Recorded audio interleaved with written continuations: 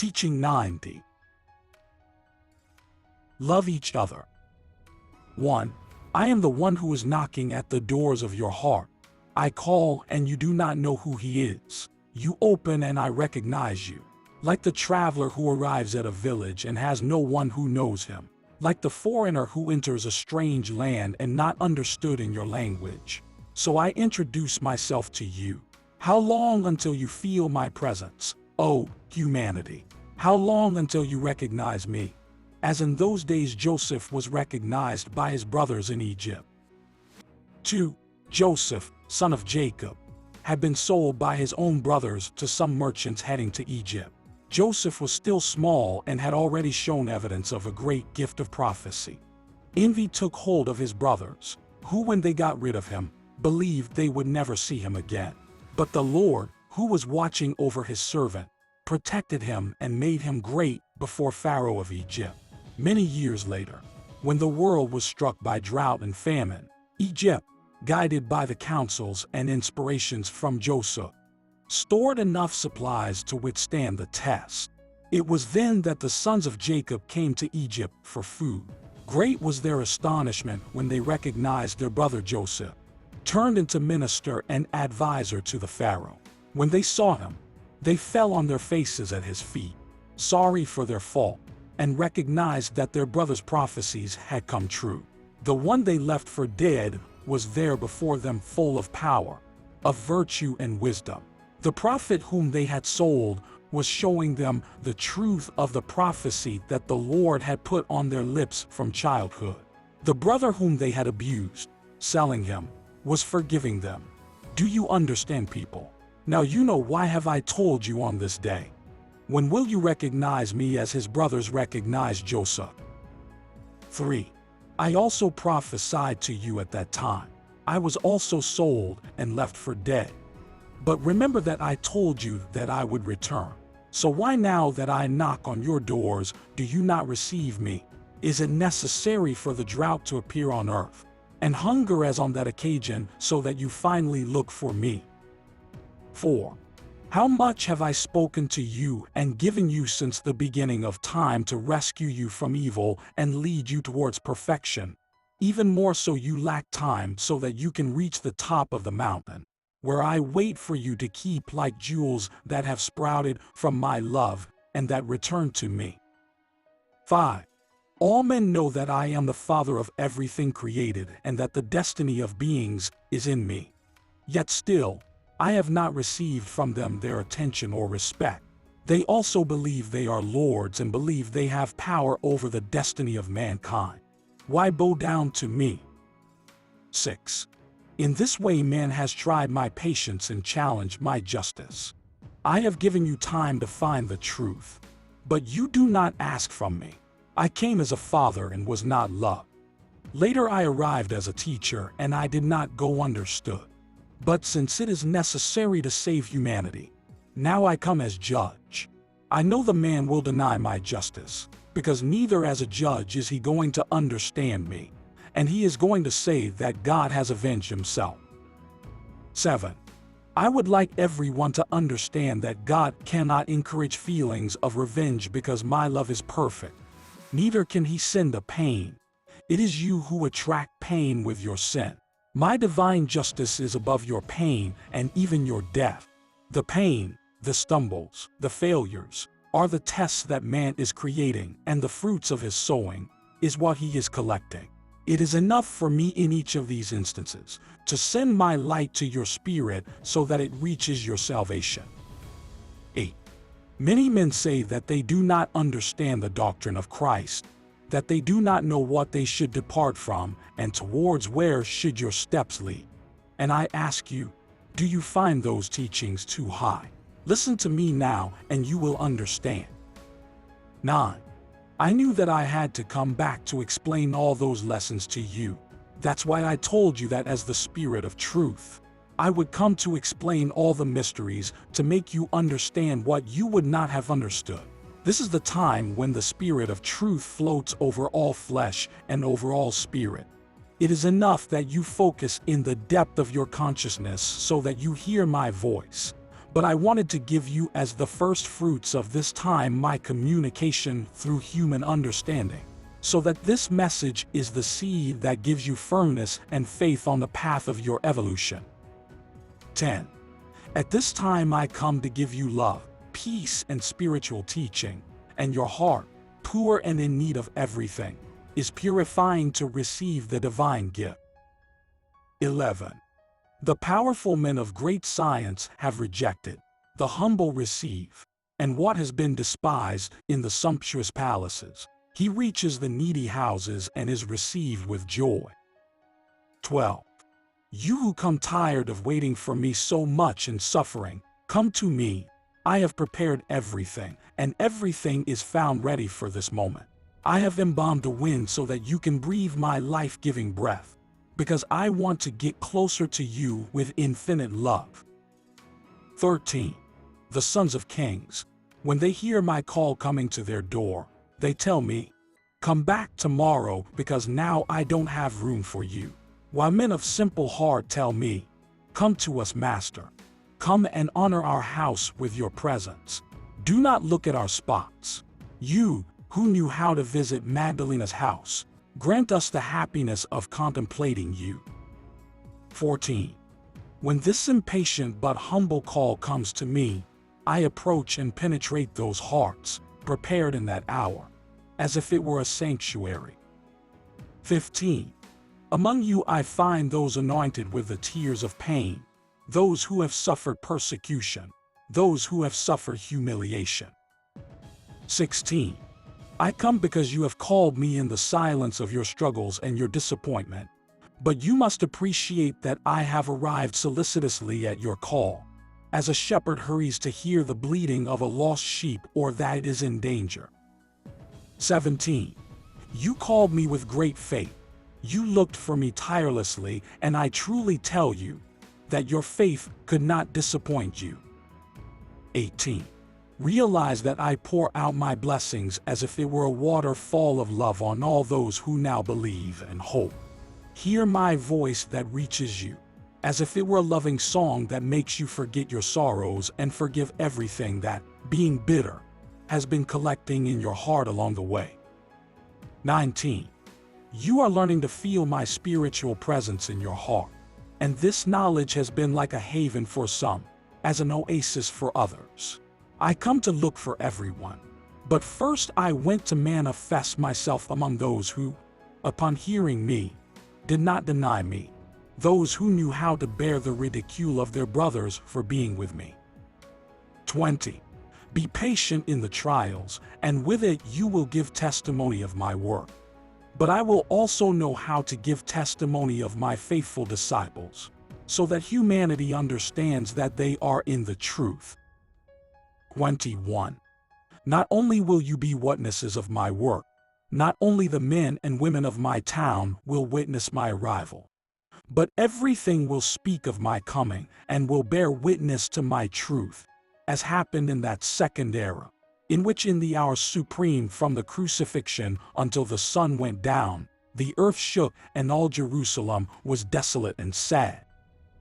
22. Beloved disciples, cry no more for me, your tears will turn into joy, because you will come to cry for infinite joy when you see the triumph of my doctrine on earth, and that joy will not be taken away from you. For now continue to take your place in this spiritual banquet and eat the sweet bread of life. 23.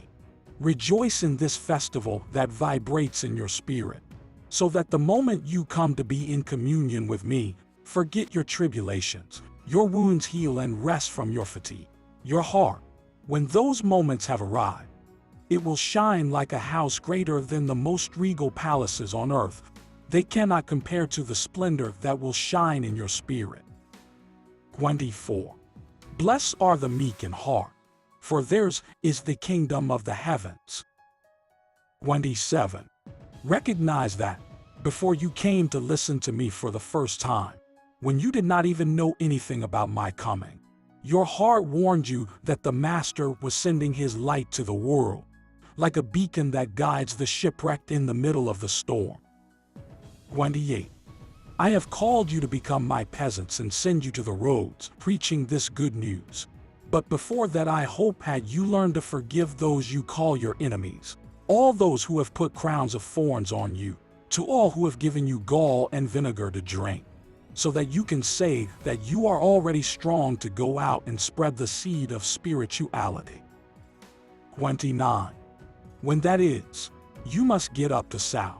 And even if you find sorrows and bitterness in your spiritual path, you will also have great joys that will reward you. When you go out to sow my seed of love, pray and have confidence. You will cry at times, but you will come to enjoy a lot by complying with my law. 30. You will find tears and joys on your journey until you reach the end of your restitution and reach the promised land, where all is peace, harmony, and perfect bliss. 31. Sometimes your cup will be full of honey, other times with bitterness. But I tell you again that he who prays, watches, and trusts in me, he will not succumb to weakness, because he will carry his heart full of faith, and he will never be able to deny me, because his lips will stand firm to proclaim my truth on earth. 32. The road is hard and long, but my love will quench the thirst of your heart. Remember that I have always come to men, when I have looked at them about to perish of hunger or thirst. 33. He speaks to you at this moment. He who has always come to save you, Christ, the divine promise humanized in Jesus in the second era. The divine word made human word, the spirit of love, light, wisdom, limited in a ray that through consciousness touches the spirit and the mind of man to teach him to convey my thought. 34. Some say to me in their hearts, Lord, how could you descend like this into our hearts? All children are mine.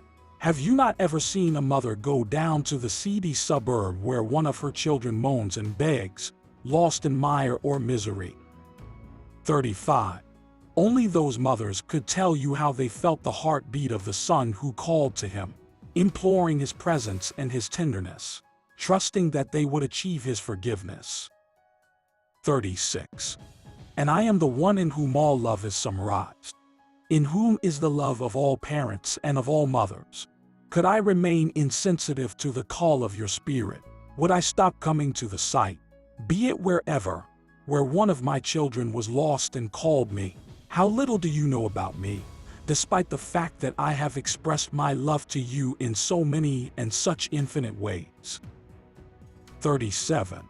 Do you not remember how many times I manifested my love, not only in those who believed in me, but also in the one who betrayed me and who persecuted and judged me? Now you can ask me, what was the cause that moved the Lord to allow all derision? And I answer, it was necessary that I leave them complete freedom of thought and works, so that there would be propitious occasions to express myself, and that everyone could feel the mercy and love with which I came to teach the world. 38. I did not move the heart of Judas to betray me. He served as an instrument for a bad thought when his heart was filled with darkness. And before the infidelity of that disciple, I expressed my forgiveness. 39. It would not have been necessary for one of mine to betray me to give you that display of humility. The Master would have demonstrated it on any occasion that men had presented him. It was up to that disciple to be the instrument by which the Master showed the world his divine humility, and although you have thought that the weakness of that man was what caused the death of Jesus, I tell you that you are in error, because I came to give everything to you. And if it had not been in that way, be sure of that it would have been in another. Therefore you have no right to curse or judge the one who is your brother, who in a moment of confusion lacked the love and fidelity he owed to his Master. If you blame him for my death, why do you not bless him, knowing that my blood was shed for the salvation of all men? It would be better for you to pray to ask that none of you fall into temptation, because the hypocrisy of the scribes and Pharisees still exists in the world. 40. It is up to you to be praying and watching, to always be instruments of light and never serve the darkness. I will always have the opportunity to manifest to this incredulous and materialistic humanity the truth of how much I have come to reveal to you. 41. As yesterday, now, I leave man the freedom of his free will, so that you can make use of the gift of your will and know how to come to me for yourself. 42. I have made you free, not for evil, free as the running of water, as the growth of plants, as the singing of the birds. 43. At that time I did not incite men to call or seek me, nor did I resist when they rejected. I let them do their will, and then do mine over everything created. With this I want to tell you that I will let you come to me using your will, because when it comes to force in another sense, to that wonderful force that moves humanity, perfection is not reached. Thus make your will be mine, and you will reach the end of the path, which is my Father's heart. 44. I will call you as I have always been doing, without ever getting tired, and my voice will repeat day after day, come to me. But so that you hear my call, cleanse your hearts, so that the evil forces, contrary to the virtue, purity, and good, do not find affinity in you, and even if they come to tempt you, do not make you fall. 45. My kingdom has its doors open, through them streams of light escape, reaching its clarity to this world in search for hearts, understandings, and spirits, to light on them. 46. I warn you of everything because I have already told you that there will be a fight and that my doctrine will be fought in many ways. Many will be those who will fight to make it disappear from the earth. But for my doctrine to disappear, first the last of the spirits must disappear, that is, the last of the men of this world. 47. Do not be afraid if they call you blasphemers when you say that the one who spoke to you in spirit was Christ himself. Also in the second era, when Jesus claimed to be the Son of God, men were scandalized. I will forgive your unbelief, and I will let them name me as they please. 48. Many will deny that I have spoken to you through the mouth of sinful men, but then I will tell them, do not look at the cup, appreciate the contents, and then I will pour the whiteness of my teaching on the hearts of my admirers. Then you will recognize, because I have a sign to call my sheep, and they know the voice of their shepherd. 49. They will come to test me, wanting to show you that you are in error. If I give them my name, they will say that it is not me. And yes, I answer their malicious questions, the more zeal they will deny me with. 50. Then I will tell you, whoever wants to enter the kingdom of light will have to seek it with his heart. But whoever wants to live denying me, it will be his own spirit who has been denied the divine knowledge, making everything that is revelation clear and luminous, be for him secret and mystery. 51. I give you my peace, not the one that the world promises, because that is not true, but the one that I make you feel. Take my peace, because the path you walk is strewn with thorns. I know it. In an ocean of bitterness humanity sails. Sin has been unleashed, and you do not have the strength to fight against all these calamities. That is why I have come, to give you strength and make you come out of this chaos. When you have lost your way and feel uneasy, you wonder in the midst of your confusion, if that will be my path. And I answer, I am always pointing out the right path for you. 52. Some incredulous heart asks me on this day, is it you, Master, who speaks? And I answer, it is I, in spirit and in truth, that I present myself with humility within the reach of your understanding, so that you recognize me and let yourself be enlightened by this light, so that it cleanses and prepares your heart, revives it, and points out the spiritual life that awaits it. 53. Now at this time, the book of my teaching, I want it to remain open before your heart, and that you be tirelessly reviewing their lessons. I come to instruct you, because it is the hour appointed by my love, in which I have to make you owners of the wisdom that belongs to you. 54. From me you sprang clean, and throughout the ages you have stained your spirit, and after purification and works, you come to me, and I give you back the value and grace that you have lost. I am marking you with a seal of light. So may you be recognized by your brothers. I have called you disciples, and I want you to imitate those of the second era. Are you not satisfied that you have been selected? You tell me in silence. Your will be done. I still cannot leave you in my place. You are not yet ready to teach. What could a spokesperson deliver, even having the gift of speech, if my ray was not illuminating it? They are still clumsy and are only prepared to receive my inspiration and pass it on. But their heart is not yet a source of charity and love because they are small. Blessed are those who, upon hearing my word, have felt faith and without having granted them great trials, present their gratitude. 55. No one has come by chance. I have brought you. But if you have conversed with me, you are on your way to recognize me and love me. Men and women who until today have lived in luxurious mansions. Do you want to follow me? Don't you know that you are designated as my chosen ones and that I want you to serve in my work? If you have loved much to the world, today you will love the spiritual life. You will serve your brothers, and in this you will build your joy. But if because of this spiritual fulfillment your relatives and friends do not know you, do not feel pain. Be strong and imitate me. 56. When I dwelt among you in the second era, I found my children exalted by their science and their power. I wanted to get my word to their hearts, and I found in them indifference to the gifts of the Spirit.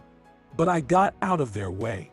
To help them convert their hard hearts, I prepared tests that would enlighten them. 57.